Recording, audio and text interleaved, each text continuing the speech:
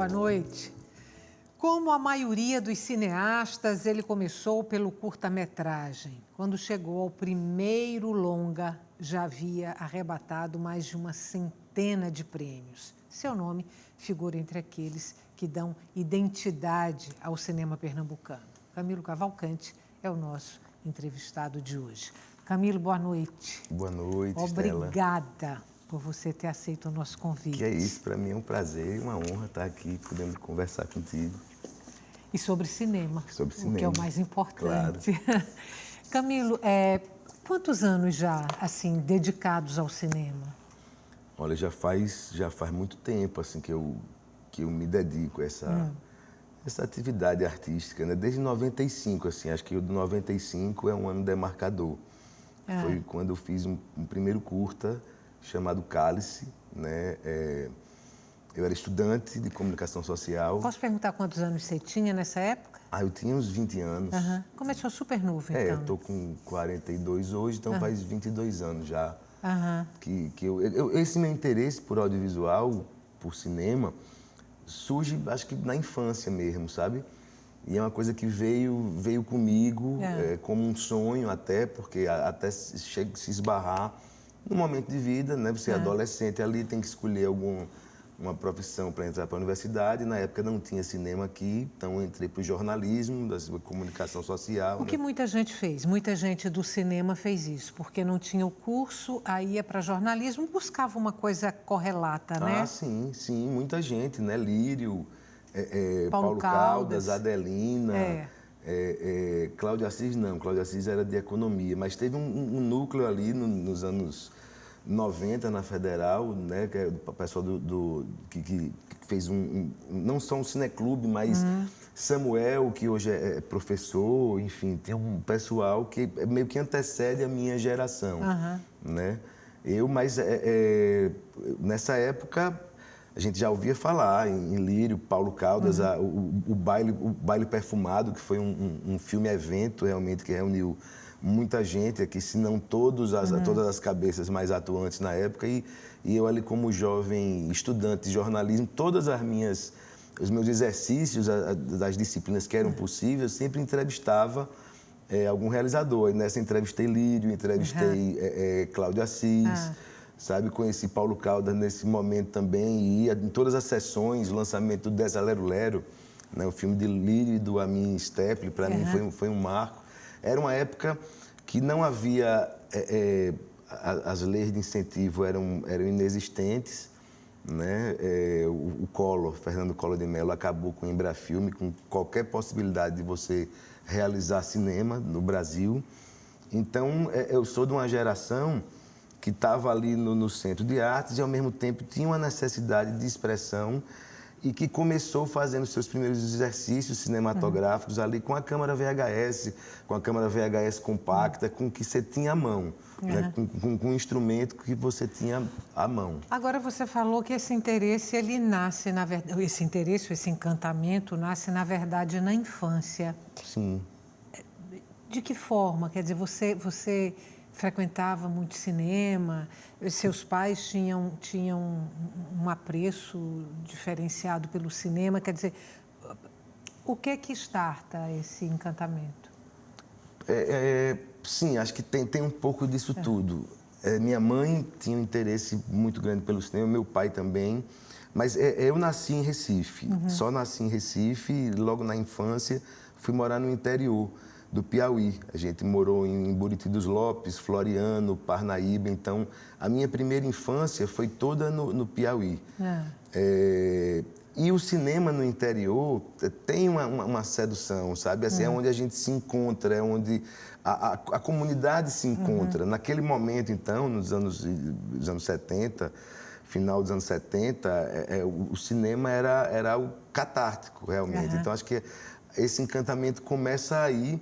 Depois, no segundo momento, meus pais foram transferidos para Paraíba, a gente morou em Areia, em João Pessoa, e depois foi para o Rio de Janeiro, quando eu tinha mais ou menos uns 10 anos de idade.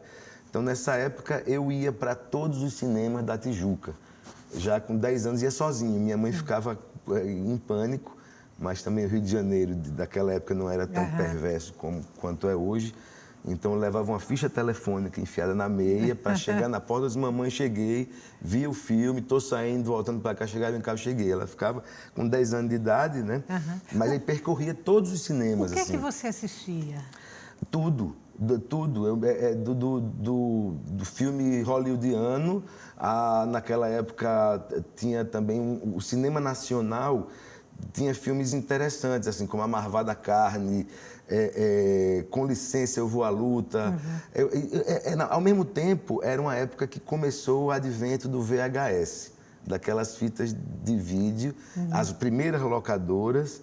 Então, foi tudo ao mesmo tempo agora. Assim, eu tinha acesso a muito cinema, eram basicamente 7, 8 salas, e todo dia eu alugava 2, 3 fitas VHS para assistir. Então, é uma época de muito consumo audiovisual, de longas metragens, terror, como adolescente, filmes de terror. E tive também filmes de Schwarzenegger, Stallone, esses enlatados hollywoodianos. Mas nessa mesma época também eu tive uma grande experiência na minha vida, assim, cinematográfica. Minha mãe me levou para um filme argentino, um filme que tinha ganho o Oscar na época, chamado A História Oficial. Era um filme que acho que a censura era isso, 10, 12 anos, a classificação indicativa. E minha mãe me levou, e era um filme político, como eu nunca tinha visto, quer dizer, para um menino de 10... É isso, eu tinha 10, 11 anos mesmo. E tinha uma cena que era um marido que se revelava um torturador que, enfim, espancava a mulher. E naquele primeiro momento eu tive uma relação de choque e ao mesmo tempo de comparação. Quer dizer, nos filmes de Schwarzenegger, de Stallone, um tiro mata 20, 30 pessoas e aquelas mortes não significam nada porque você... Mas ali não, era um homem, um marido maltratando a esposa, que tinha todo um significado metafórico da ditadura, do desaparecimento de crianças na ditadura argentina. Então, eu tive esse primeiro, digamos assim, contato talvez com o cinema adulto, com o cinema mais reflexivo, com o cinema que não é só espetáculo, mas que mexe com você existencialmente, que lhe provoca questionamentos e sentimentos mais profundos, não só mais reflexivo mesmo, não só de divertimento e de passar tempo, não, mas algo que lhe faça pensar e que lhe comova. Foi nesse mesmo momento, através da minha mãe. E ao longo da adolescência, depois a gente voltou para Recife, mais ou menos eu tinha uns 12 anos de idade, e minha mãe me levava muito também para o teatro e para o cinema.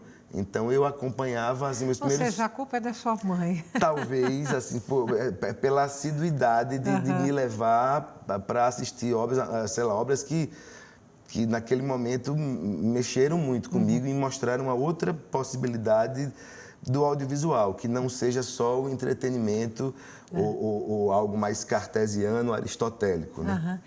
Quais são seus cineastas, aqueles que lhe provocaram tamanho deslocamento e que talvez por isso possam ter, digamos, influído no seu olhar e na sua maneira de fazer cinema?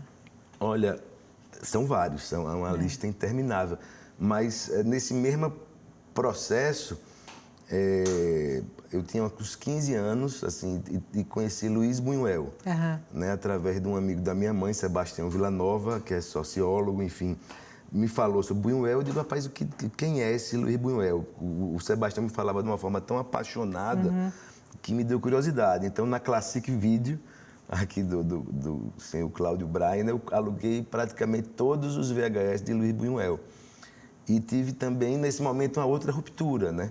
Eu estava num momento, sei lá, de 13, 14 anos, que você está naquela fase do entretenimento bem feito, né? O Spielberg, o Steven Spielberg, até me lembro, sei lá, minha redação de 13, 14 anos é sobre Spielberg, alguma coisa assim, desse cinema tecnicamente bem feito, e aí me veio o Buñuel, assim, foi uma porrada.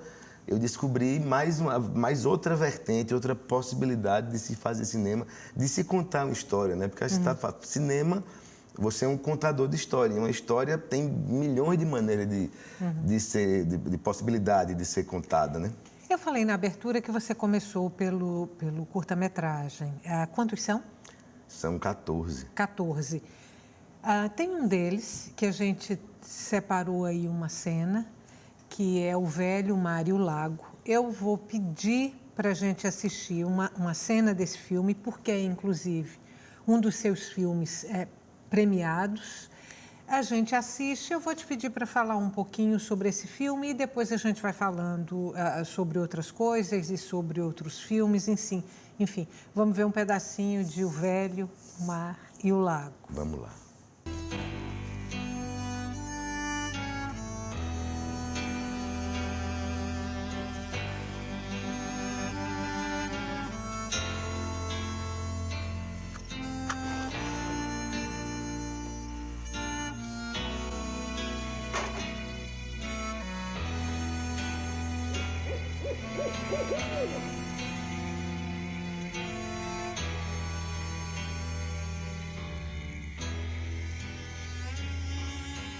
Um monge me dizia: ó mocidade, és relâmpago ao pé da eternidade. Pensa, o tempo anda sempre e não repousa. Esta vida não vale grande coisa.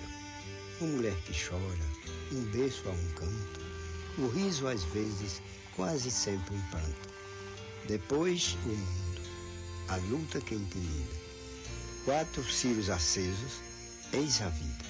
Isso me disse o monge e eu comecei a ver, dentro da própria morte, o encanto de morrer.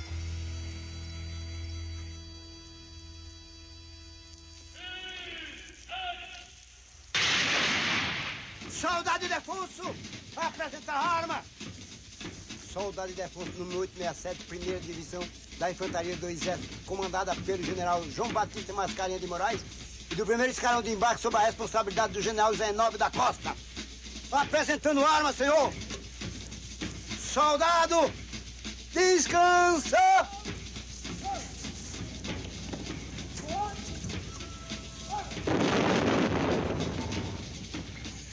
Já não aguento mais. Só vocês me suportam, minhas plantas. Também essa merda desse pesadelo todo dia vem me incomodar. Getúlio, tu não sabe o preço que eu tô pagando por tua culpa, miserável. Tu, Roosevelt, Mussolini, Hitler e Oswaldo Aranha já estão no inferno há muito tempo. E eu aqui padecendo, vendo a minha cabeça apodrecer e meu corpo se acabar. Tudo por causa da guerra que vocês inventaram. Por que não me convoca agora, hein? Por que não vem me buscar e me levar pro inferno também? Não precisaram de mim pra frente de batalha, souberam me procurar no interior. O Velho Mar e o Lago. Saudade do grande ator Cosme Soares, né? O prezado ator caruaruense. Esse filme foi um processo muito emocionante, assim, dele, ele como um todo. A história nasceu de conversas que eu tinha com meus avós. Meu avô Ildefonso e minha avó Aliete. O nome dos personagens do filme são o nome dele. Meu avô morreu já faz alguns anos, minha avó ainda está viva. Aliete é a mulher que ele fica esperando, né? Que nunca aparecer, vem. E surgiu de conversa com eles. Meu avô me falava muito recitava como ele lembrava esse poema de Guilherme de Almeida. Eu peguei na biblioteca da Federal, inclusive levei o livro para ele, né? Minha avó gostava muito de Nada Além, da música de Mário Lago, que toca no filme também.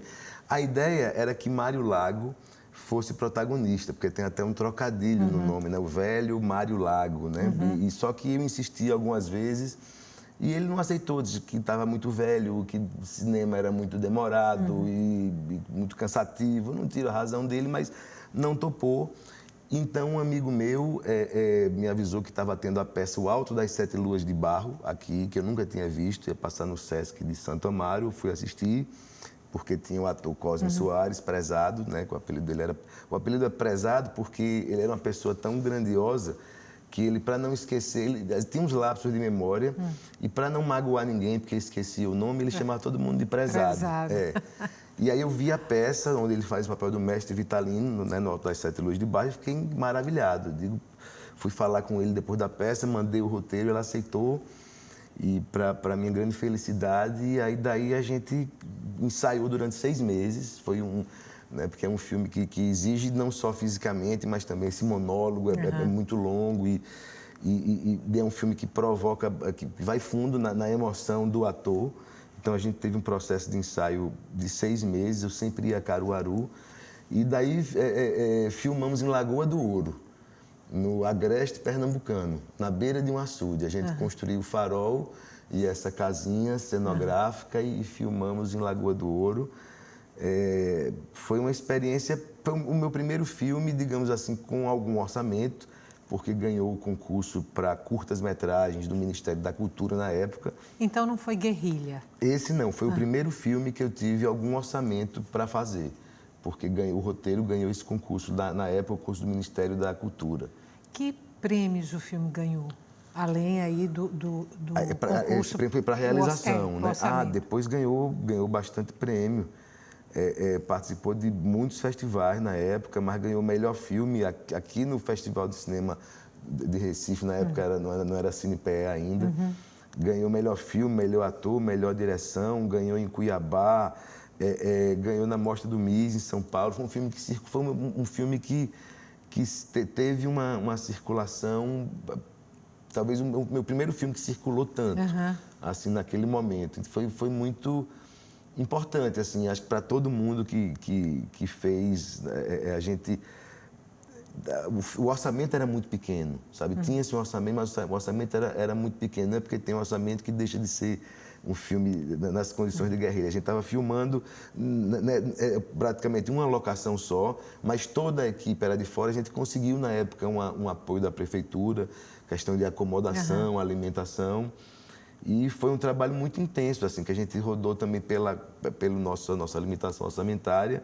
A gente rodou em 5 dias. Assim, a última diária foi uma diária de quase 24 horas. Isso com um ator mais velho, todo mundo extremamente cansado e prezado ali com energia e eletrizante. Vou te interromper um pouquinho para a gente fazer um intervalo. O nosso intervalo é curto, não saia daí. O assunto de hoje do nosso programa é cinema. E a gente está conversando com o cineasta Camilo Cavalcante. Até já.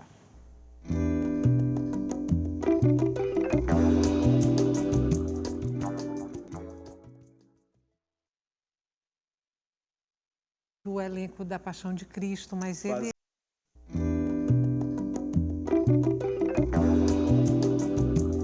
Estamos de volta com a Opinião Pernambuco, o cineasta Camilo Cavalcante, diretor premiado no curta e no longa-metragem, é o nosso entrevistado de hoje. Camilo, a gente falou sobre O Velho Mar e o Lago no bloco anterior. Aí você falou que foi o primeiro dos seus curtas a mais reverberar, que teve uma projeção, que circulou. E que teve mais estrutura de produção também. Foi o mais premiado? Eu não sei te dizer agora, porque eu também não... Mas não sei, mas foi certamente um dos mais premiados. Porque são mais de 100 premiações com os curtas-metragens. Isso, são 130 prêmios nos curtas, entre os 14 curtas, né? Teve curta que não ganhou nenhum curta, ganhou 2 curtas, ganhou 10, 20, então somando.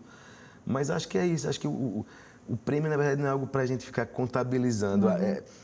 É um reconhecimento, é um tapinha nas costas, eu acho, sabe? Continua, vai. Porque não é fácil, né? A gente sabe que não é uma atividade... Hoje está muito melhor, porque a gente conta com uma estrutura mesmo de editais, tanto estadual quanto federal, a Ancine, enfim. Hoje existe mais possibilidade de você conseguir financiar, enfim, conseguir incentivos para realizar tua ideia. Né? Mas, mesmo assim, ainda é uma atividade muito complexa, né? O audiovisual. O cinema é caro, né? Cinema é uma arte cara, porque tem muita gente, né? Mas, normalmente, uma equipe é composta de... Claro, há projetos e projetos, né? Você pode fazer... Eu comecei, assim, eu falo que O Velho Mar e o Lago foi o mais estruturado, porque o primeiro que teve uma equipe, digamos assim, maior, realmente. Antes, eram experimentações que eu fazia com minha câmera, com meus avós, com meus amigos. Né? Teve o Matarazzo antes, que foi um curta que a gente fez no estúdio, aí teve o diretor de fotografia, Beto Martins, teve som direto, enfim, mas ainda numa estrutura menor, sem verba, contando muito com o apoio da Center na época, né? Genivaldo de Paz, que acho que é o maior incentivador apoiou tanta coisa, do cinema mundial, talvez não só pernambucano, né? Porque ele apoiava tudo e todos. É realmente uma pessoa que tem essa generosidade, esse entusiasmo para com a produção, sabe? Não só estudantil quanto profissional. Você pedia um apoio, ele nunca negava nada. Você dirige roteiros seus, quer dizer, cada filme desse que você assina a direção e o roteiro? Isso, a direção e o roteiro, todos, desses curtas até agora que eu fiz do meu primeiro longa, A História da Eternidade, sim. Roteiro, a direção e muitas vezes a produção também. E você se vê dirigindo roteiros de outras pessoas? Sim, sem nenhum problema. Acho que ainda não teve oportunidade, mas se tivesse um roteiro que me interessasse, que me tocasse, sem problema nenhum, com o maior prazer. Acho que é um trabalho, o trabalho só do... Porque quando você escreve e dirige, é algo acho que tem outras entrelinhas ali que não estão nas palavras, mas que você já imagina e já consegue, digamos assim, trazer a equipe para dentro da ideia, né? Um roteiro de outra pessoa, essa possibilidade de elaboração visual, eu acho que também é autoria também, com certeza, assim, eu dirigiria isso com prazer total. Você chegou a exercer o jornalismo, não? Não, eu cheguei a exercer o jornalismo como estagiário do MISP, do Museu da Imagem do Som de Pernambuco, que infelizmente se encontra fechado já meu Deus, será que talvez uma década já faz? Era na época de Celso Marconi ainda? Celso Quando Marconi. Você foi estagiário? Eu fui estagiário com Celso Marconi, exatamente. Foi uma grande escola para mim. Naquele momento também, fazendo jornalismo, lá a gente fazia tudo no MISP. Tinha o Cine Ribeira na época, no Centro de Convenções, Cinema de Arte, MISP Fundarte, né? E aí a gente fazia o roteiro dos comerciais, ia na produtora, que é a Center, fazia o famoso sangue azul, que é o horário que não é cobrado, fazia os comerciais dos filmes que iam passar, ia levar as fitas na época, fitas Umatic, deste tamanho nas emissoras para veicular, e passava os fax para a imprensa na época para poder divulgar, na época do fax. Então era um trabalho muito intenso, que era de criação, produção dos comerciais e assessoria de imprensa ao mesmo tempo. Para mim foi muito significativo ter passado lá. Assim, Celso é uma figura incrível e foi uma experiência. Eu estagiava na Compesa antes, que eu estudei segurança do trabalho na escola técnica.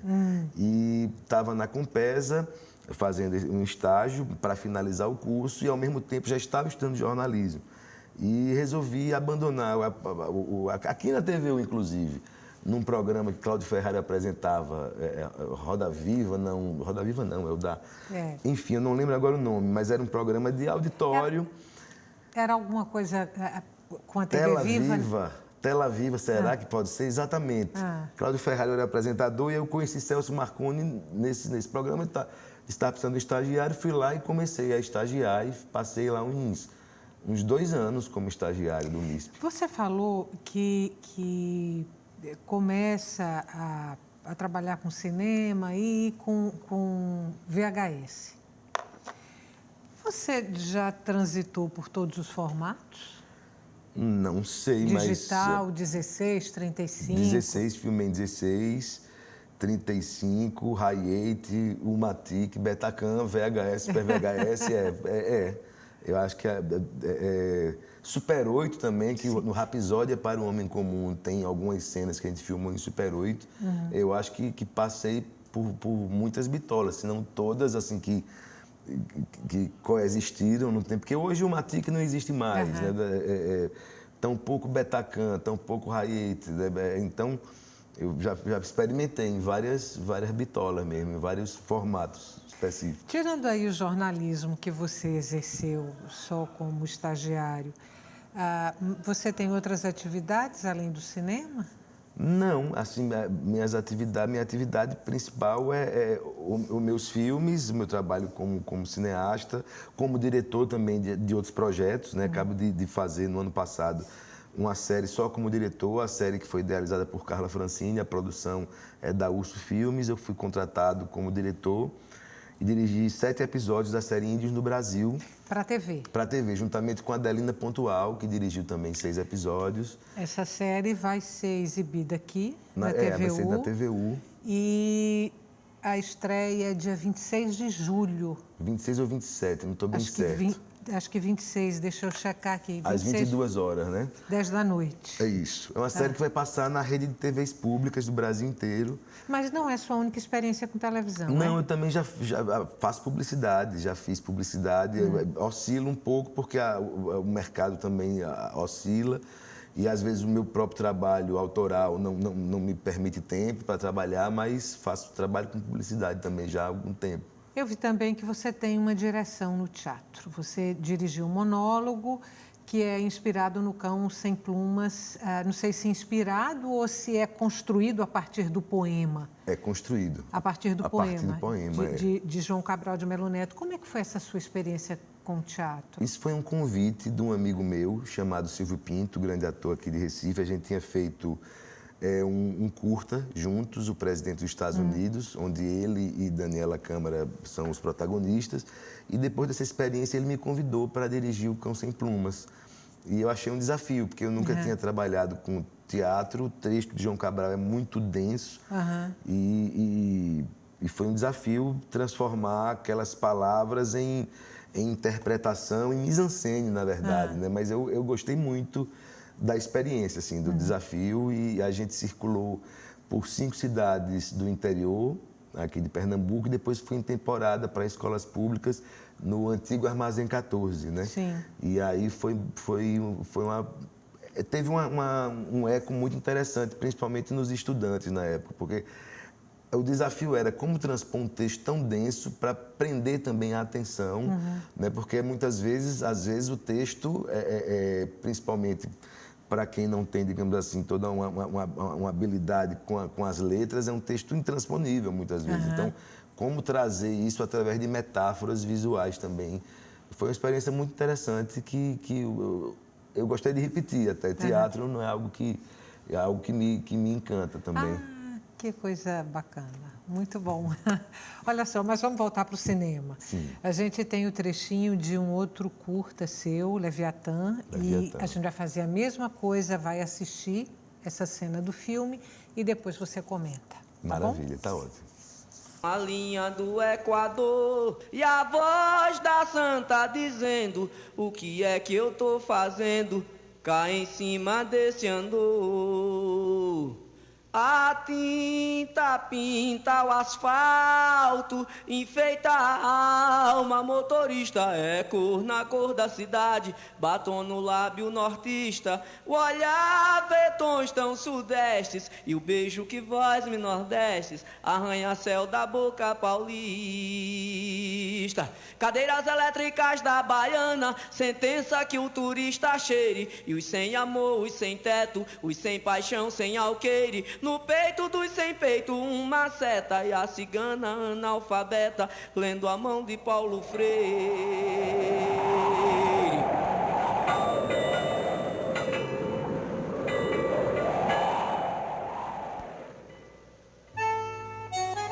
Há muito tempo eu não sei mais em que tempo eu tô vivendo. Não sei se é sexta, segunda, domingo ou terça. Não sei se é manhã, tarde ou noite. Não sei se é dezembro, junho ou fevereiro. Não sei se é 9h45, 10 para as 8, 5 para as 7 ou 20 para as 2. Só sei se é claro ou escuro. E para mim tanto faz. Mesmo estando claro, tá escuro. Um breu dentro de mim. Quando se morre muitas vezes, tudo que você sente é só um breu queimando a cabeça, cortando a carne, comendo o juízo. E eu morri algumas vezes depois que vim para essa cidade, São Paulo. Antes de vir para cá eu tinha muita esperança, muitos sonhos, muita vida na veia. Eu achava que uma cidade com nome de santo só podia ser generosa. Mas essa cidade é podre, ninguém tem identidade, ninguém ama ninguém, ninguém vê ninguém, ninguém nunca é alguém e alguém sempre é nada. E aos poucos eu fui sendo esmagado e muito rápido me caparam. E eu só queria ver o céu, mas o céu aqui só tem cor de mingau. E eu tentei me calar, eu tentei me acostumar, mas só gente boa da cabeça pode aguentar essa coisa veloz, essa coisa de não se olhar no olho de ninguém, essa coisa de todo mundo tá sempre com pressa pro trabalho, pra comer, pra pensar. E eu sou doido, e doido não aguenta tudo igual. E doido não aguenta esse frio de lascar, esse frio de lascar o cabra por dentro. E essa ruma de prédio que parece que vai cair por cima da cabeça do povo. E era melhor que caísse mesmo e acabasse com essa miséria.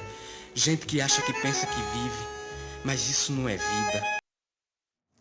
Esse é de 1999, um ano antes de O Velho Mário Lago. Isso. É um filme, um vídeo, né, na época do vídeo, que surgiu da ideia de falar mesmo sobre a situação do nordestino em São Paulo, uma situação que, enfim, já foi abordada pela literatura, cinema, parará. E naquele momento era uma questão que estava mexendo comigo. E um amigo meu, Chico Domingos, o ator do filme, protagonista do filme, que na época nunca tinha ido a São Paulo também, então eu convidei ele, a gente na época tinha uma cooperativa no MISP, chamava Cine, Cooperativa de Imagens e Núcleo Experimental. Toda segunda-feira a gente se reunia e era aberto para quem quisesse ir. Então lá se fez muitas amizades, muitos encontros de pessoas interessadas, né, em cinema, em audiovisual, em pensar, em discutir, assistir filmes. Não era bem um cineclube, era mais talvez um clube de pensar e fazer cinema do que só de ver também, né? E durou algum tempo e lá eu conheci o Chico e convidei ele para fazer essa ideia. Foi meu projeto de conclusão de curso também na Universidade Federal. E aí a gente foi, eu tinha uma câmera, na época Super VHS, que eu mesmo operava. Então esse filme acabou que o roteiro, produção, direção, fotografia, tudo, né? Era eu e ele em São Paulo. A gente passou 15 dias, ficou hospedado na casa de um amigo da minha mãe, Marcos Negro, que cedeu a casa para a gente se hospedar. A gente ficou lá 15 dias filmando coisas que vinham à cabeça. E saía para a rua, contava com o apoio de alguns amigos, na época, que moravam em São Paulo e davam uma força aqui, acolá, conseguia uma locação. E foi um filme muito experimental e onde a gente se lançou, assim. Para você ter ideia, tem uma curiosidade nesse Leviatã, tem uma cena que é o ator nu, na esquina da Ipiranga com a São João, às 3 horas da manhã, a gente foi filmar isso. A gente tinha conhecido no dia anterior uma moça que cuspia fogo, chamou ela para fazer a cena, ela topou, vamos lá, vamos lá. Então era eu, ela, o namorado dela, o meu amigo Chico Domingos, o ator, nu, mais 2 amigos, acho que dando uma força. De repente passa a polícia e para o que é isso aí, a gente, não, é uma filmagem. Os policiais compreenderam. A gente acompanhou um filme do Beto Brant aqui, há umas semanas atrás. A gente fica aqui observando vocês. Ficaram lá, o ator nu, a menina cuspindo fogo. De repente aparece 2 skinheads, assim, daqueles neonazistas de 2 metros de altura. Que pouca vergonha é essa aí? Com um papo moralista. Se eu estivesse passando com minha esposa aqui, aí os policiais tomaram a frente e disseram, não, isso aqui é uma situação artística, por favor, podem ir passando. Os caras enfrentaram os policiais, um correu para dentro do carro para chamar a rota. E aí foi aí que os skinheads correram. Então, todo mundo nervoso, eu apertei a câmera ficou gravando a confusão toda, e quando eu apertei de novo para gravar, parou de gravar, né? E aí eles, com a menina cuspindo fogo, o ator, eu não tive coragem de dizer que não estava mais gravando, me garanti com o que tinha sido feito. E é isso, um filme guerrilha, experimentação. E no final, enfim, aí eu escrevi esse texto cheio de referências, de músicas, de poetas, Erickson Luna, enfim, com muitos colaboradores, uma coxa de retalhos. Erickson Luna tá no filme com poemas? Com poema, ele está com um poema. Nesse filme, que a gente se encontrou, ele disse que ele estava fazendo, bota esse poema aqui, eu coloquei. É uma bricolagem, talvez como dissesse Jomar Muniz de Brito, é um texto que mistura múltiplas referências e múltiplas sensações, e é um filme que foi feito com tanta alma, que na época que ele foi lançado e participou também de muitos festivais, as pessoas ficavam muito tocadas, assim, muito comovidas, principalmente em festivais do Norte e Nordeste. Não que não tenha acontecido no Sudeste, mas acho que essa dor do migrante, né, com certeza ela ressoa, ela tem mais ressonância aqui em quem sabe realmente, em quem já passou por esse tipo de experiência, né, de ser invisível numa cidade grande. Mais um intervalo? A gente volta daqui a pouco. Até já.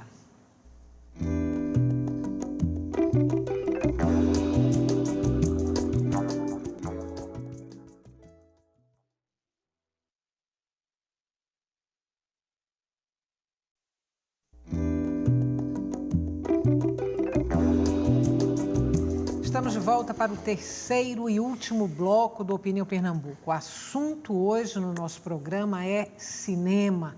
Nós conversamos com o premiado diretor pernambucano Camilo Cavalcante. Camilo, eu lendo alguma coisa sobre o seu trabalho, e aí não vou me lembrar quem nomina dessa forma, quem assina aí a crítica, mas fala, se não me engano, em cinema do oprimido. Eu acho que essa é a expressão que a pessoa usa. Seria um cinema do oprimido. Se não for exatamente essa palavra, é alguma coisa parecida. Você entende dessa forma?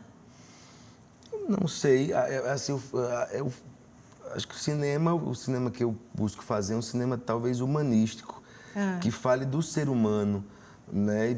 Mas talvez numa certa vertente ou durante algum momento eu tivesse muito voltado para a questão da opressão econômica, mas não só da opressão econômica também, a opressão do afeto, sabe? A falta de possibilidade que as pessoas têm de criar e de serem elas mesmas dentro de um processo de mundo que a gente vive hoje muito massificante, né? E que acaba enjaulando ou compartimentando sentimentos, pessoas, construindo estereótipos e eu acho que meu cinema se interessa muito por o que está de trás dos estereótipos, o que está de trás da epiderme, do que está, sabe, mais a fundo.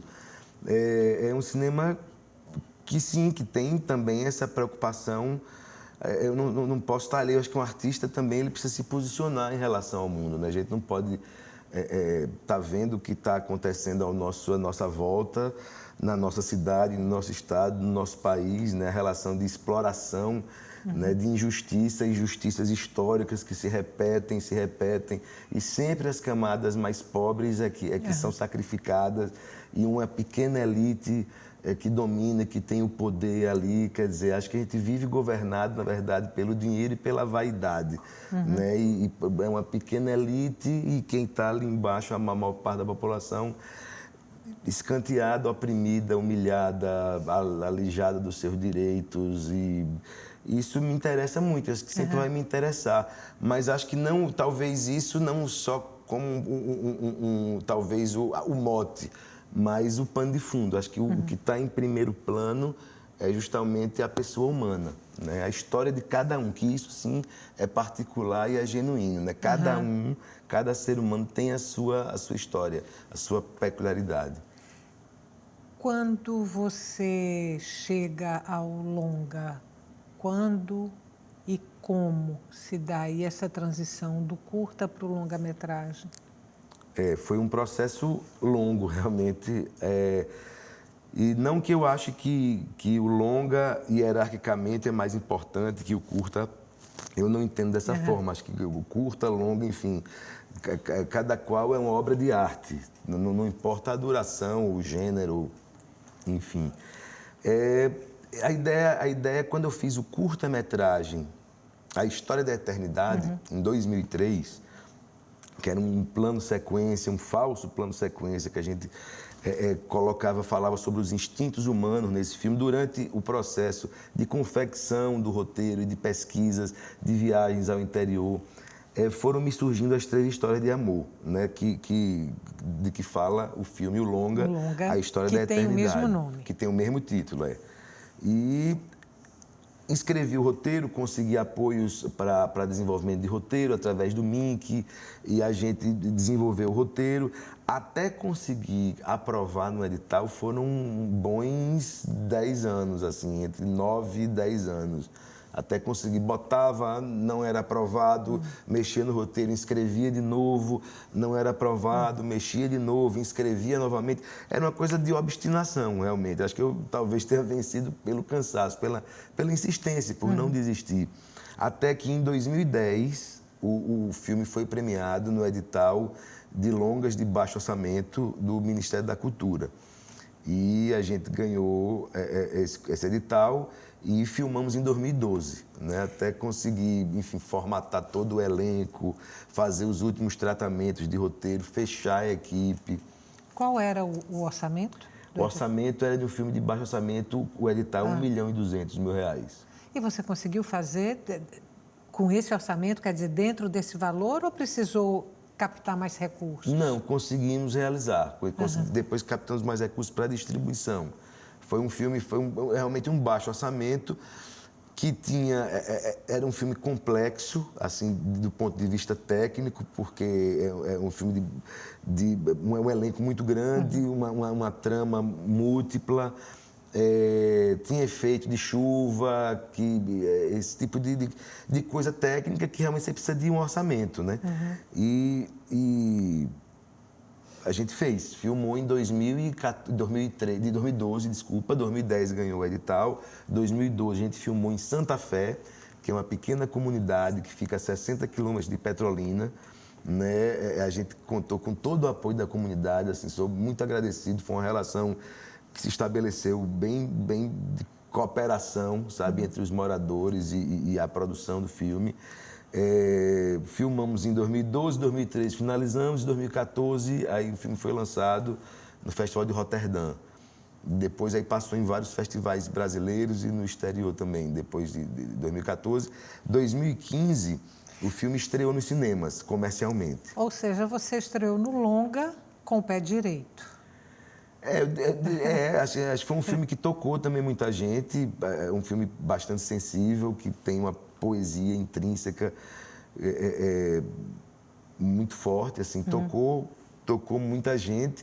A gente sempre se esbarra na questão da distribuição, né, que é uma questão muito séria, muitíssimo séria, porque na época da que a História da Eternidade foi lançada nos cinemas comerciais, a gente queria tentar lançar o filme no Cinemark, por exemplo, no Shopping Rio Mar, tanto que fizemos a pré-estreia lá, pagamos a sala, fizemos a pré-estreia lá, com a intenção de que o filme fosse exibido lá. O filme, inclusive, ganhou o Prêmio de Público na Mostra Internacional de São Paulo, que é um prêmio financeiro que a Cinemark paga. Então, eu digo, bom, a Cinemark é o filme que foi premiado pelo público, que eles deram um prêmio. Será que não vai passar? E não passou. Eles cozinharam a gente de uma forma, porque tem que voltar o filme do Oscar, porque não sei o quê. Resultado, quando o filme estreou, sabe qual foi o maior lançamento nas salas de cinema do Brasil naquela semana, de 26 de fevereiro de 2015?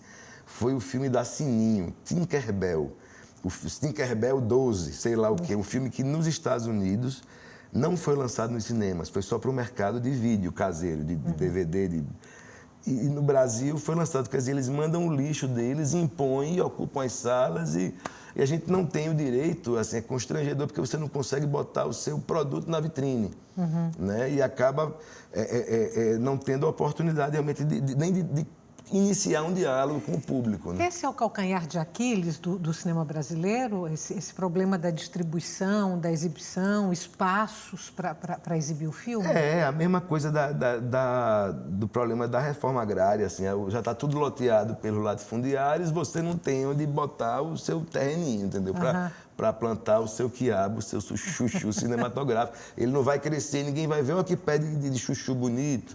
Não tem essa possibilidade, porque se você não tem um espaço no terreno, quer dizer, você fica, apesar disso tudo, o filme conseguiu um público maravilhoso aqui em Recife, no Cinema da Fundação, no Derby, assim, eu não me lembro agora, mas foi uma dos grandes públicos daquele ano, assim, foi uma uma reação boca a boca bem interessante.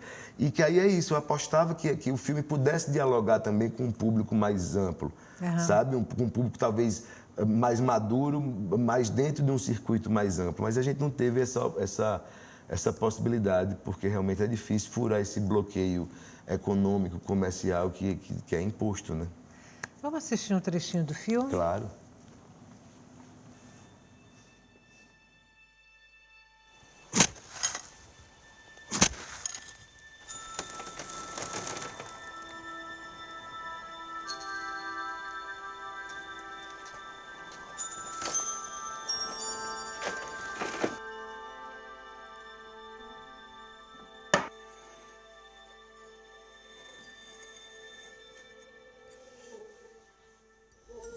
Que pode uma criatura, se não entre criaturas, amar?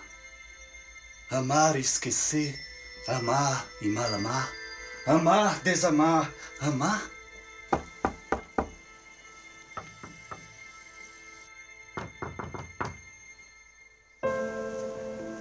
Abre essa porta.